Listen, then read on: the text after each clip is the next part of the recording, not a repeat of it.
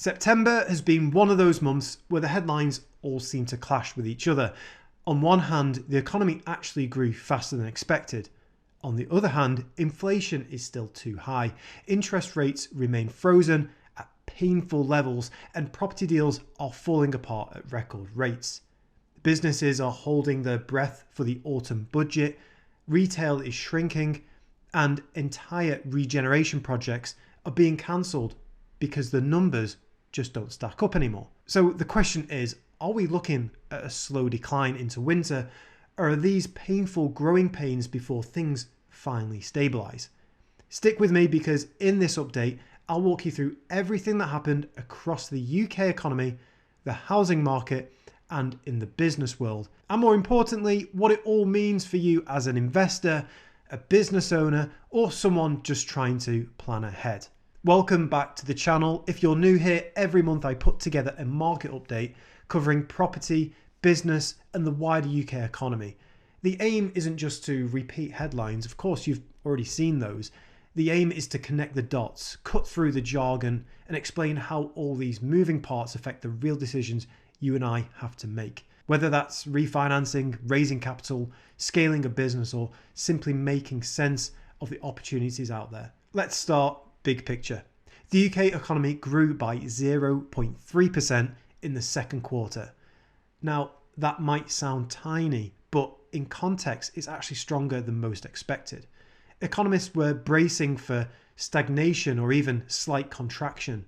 What's driving that growth? Well, exports of services like finance, consultancy, tech, areas where the UK is still globally competitive.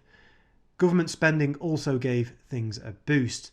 But let's be clear, the headline numbers mask the underlying fragility. Household spending is flat once you adjust for tourism. Business investment is weak because who wants to make long-term plans when you don't know what taxes or regulations are around the corner? And then we get to inflation. Officially, CPI is sitting at 3.8%. That's nearly double the Bank of England's target, and what really worries policymakers is how sticky it is in areas like services, hospitality, and parts of retail. Those are the categories that don't come down quickly. Now, the Bank of England has kept rates locked at 4% again this month, but markets are still pricing in the possibility of a slight rate cut before the end of the year. It won't be dramatic, and it certainly won't take us back to the ultra-low mortgage environment we saw a few years ago, but even a modest trim could ease pressure for homeowners coming off cheap fixes and for businesses struggling with borrowing costs. The risk, of course, is that if inflation doesn't ease further, the bank may hold firm and delay cuts into 2026. So yes, we could see a bit of relief by Christmas, but if not, higher for longer remains the reality we'll all need to plan around. Now, here's where it gets interesting. On the surface, unemployment is still relatively low at 4.7%, but vacancies are falling. Employers are pulling back on new hiring, yet at the same time, certain sectors like healthcare, transport, education can't find enough skilled staff. It's a strange dynamic where there are fewer opportunities in general, but shortages in crucial areas. That imbalance is one reason wages are still creeping up, which of course feeds inflation. Now, switching over to property, September gave us some of the clearest signs yet that the housing market is cooling. The RICS survey, which basically takes the temperature for surveyors across the country, came back at -19.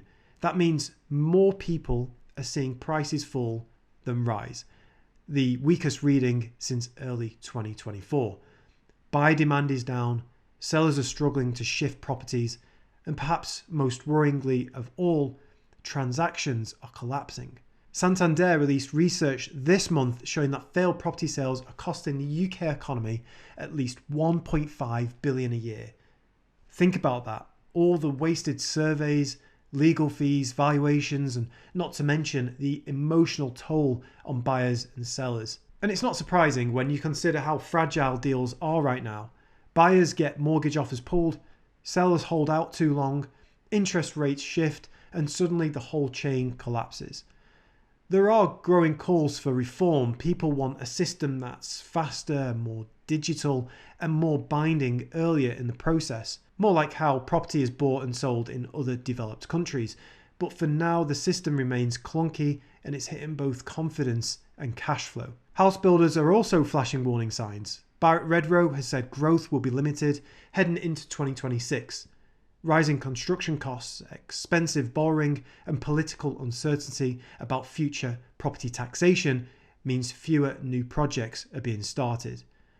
And when developers pull back, that affects supply, which could actually prevent prices from falling as far as they otherwise would. And let's not forget regeneration. A huge relocation project for London's wholesale food markets planned for Dagenham Dock has been scrapped. This was meant to bring thousands of jobs and revitalise an area. Instead, spiralling costs killed it off.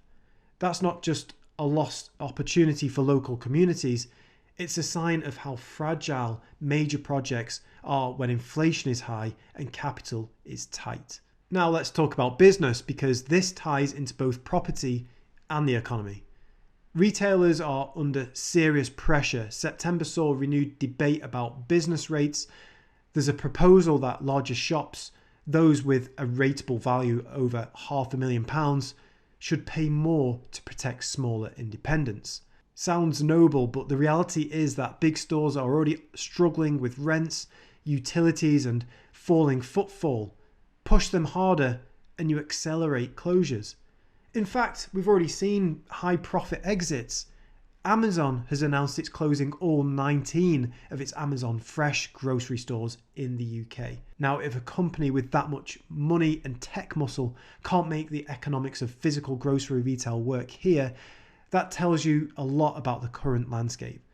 And it's not just retail. The PMI data, which tracks business activity, shows momentum slowing across services and manufacturing. Companies are nervous about what's coming in the autumn budget. The government has boxed itself into a corner with fiscal rules. That means tax rises are coming. Maybe on business rates, maybe on wealth, maybe on property. And that uncertainty is enough to freeze investment decisions.